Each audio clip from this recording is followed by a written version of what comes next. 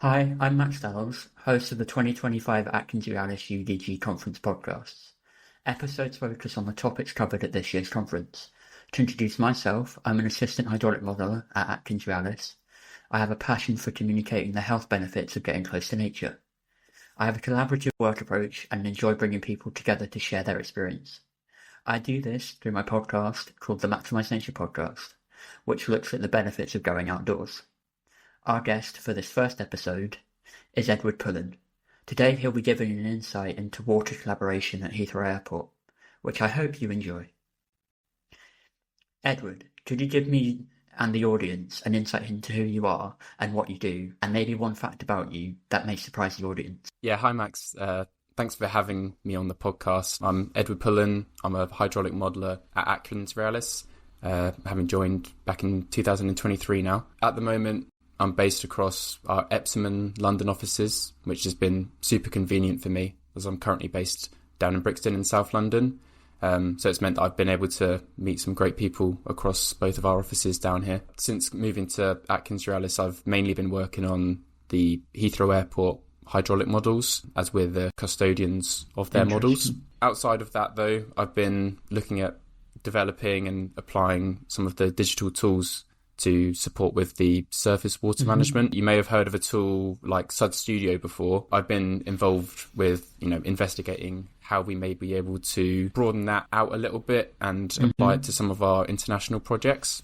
So with that, I've received quite a lot of support as far as coding goes, as it wasn't really something that I had any experience with before starting my career. And what was it? One fact that may surprise the listener. That might surprise the audience, yeah. Well, I've recently completed a refereeing course for football.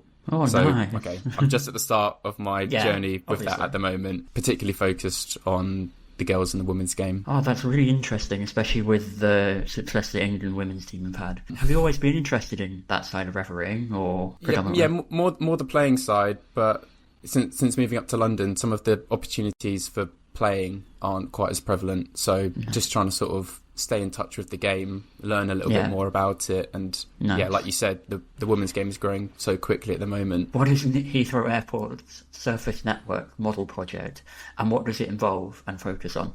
I'm presenting for the Adam Dean Award this year at the CIWEM UDG, and I'll be talking about the Heathrow surface water calibration project that we were working on. The main focus of the project was to try to ensure that the results that we're getting from our models are as reliable as possible and that they're consistent with real-world findings. We use the model for a lot of flood risk assessments and also just general master planning across the whole airport. So it was really important for us to ensure that we actually have confidence in these results. If you think, just for a minute about the implications of flooding at an airport with around 1,300 flights a day, I think it quickly becomes obvious why we need confidence in these results. Yeah. We previously completed a calibration in 2023 on one of the airport's catchments, the eastern one, but there's still left two really major catchments uncalibrated for, at this point, over a decade. So it was super important for us to get these ones scoped up, as we've got another ongoing project which is meant to size a treatment facility. So we want to have a reliable foundation, make sure that we're not over-engineering anything for that other project. So part of my involvement here was to scope up some of the monitors and the rain gauges while trying to be mindful of the security constraints, while also, balancing the need to cover some of the major network branches, really. Was there a reason why two of the areas were left sort of untouched? Yeah, I think at that point, when we did the previous study, there was quite a lot of focus on one of the reservoirs in the eastern catchment, which was undergoing some changes. So they really only wanted to focus on that one. But now that we're, broadening the scope a little bit, sizing up this treatment facility, looking at expansion opportunities, it's important that sort of everything comes together now. To sort of get that bigger, whole picture, as it were. How has a project like this developed you in the early stages of your career?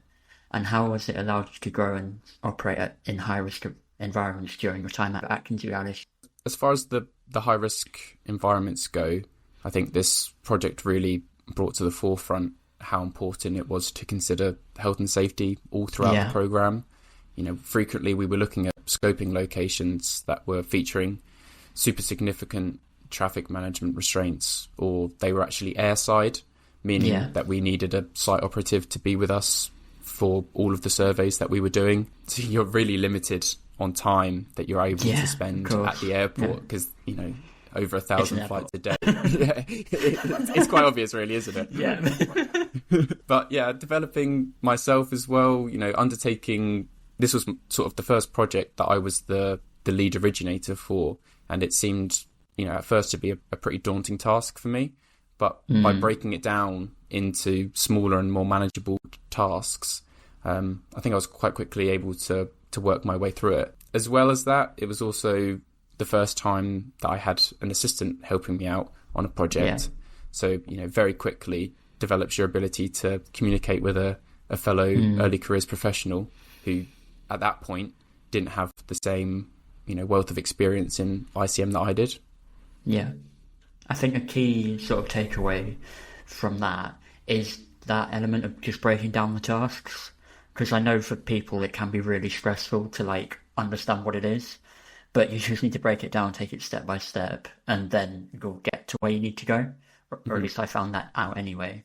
With all that you have learned during this process, where do you hope to implement these skills, etc.? And what do you see the project developing into in the future? Given the experiences with this project, and so far, I do hope to continue to grow as an asset for future Heathrow airport operations, really. I've got nearly 3 years now, and a lot of that has been building up this knowledge of the specific requirements and some of the challenges that are posed by working in the airport environment. So looking forward, we've got some plans in place to hopefully develop the model even further, such that some of the overland flows are now going to be represented through a 2D mesh, which we currently haven't got. So would you recommend the Adam Dean Award to anyone who can apply? Yeah, I think so. Putting together the poster, which I'll be presenting to the judges, has really, it's unlocked a different part of the job, which is a more creative side. More creative side, I can imagine. Yeah. With the modelling, you can get sort of bogged down in the engineer mindset, but pulling everything together, I definitely encourage anyone to go for it. Lovely. To recap on this episode, if your SciWem conference pass unlocked 3 takeaways from this conversation that the audience could learn from, what do you reckon they'd be and why? Yeah, I think we've touched on it already. I think the most important thing is that, especially for people who may be in their early careers listening to this as well, is that even if you think a task is maybe beyond your skill or your experience level, there's always a way to break it down into smaller pieces. It suddenly becomes far more manageable and reasonable. I guess outside of that, you're probably looking at, we should have safety at the forefront of all of our planning. We should be doing everything that we can to avoid taking unnecessary risks, and that starts, I think, from the survey scoping. Yeah, because it can be life-changing. We frequently get the messages come through from the airport about some serious, injuries, things like that. If we can do anything that we can, we definitely should be. Lastly, I think it's important to note that even though we've just completed this update, the calibration on the model, we're still striving for the best available representation, just to help us minimise any operational risks in the future. Perfect. Well, thank you, Edward, for coming on this episode. Hopefully people find your presentation at the conference really interesting, really insightful. Yeah, so in summary, I really hope that people can learn something from what I've discussed today, as well as what some of the other Clinics Realis presenters have got to say in their episodes. I think there's quite a few of us that are going to be chatting to you. And thanks again for coming on. Thanks, Max. No worries.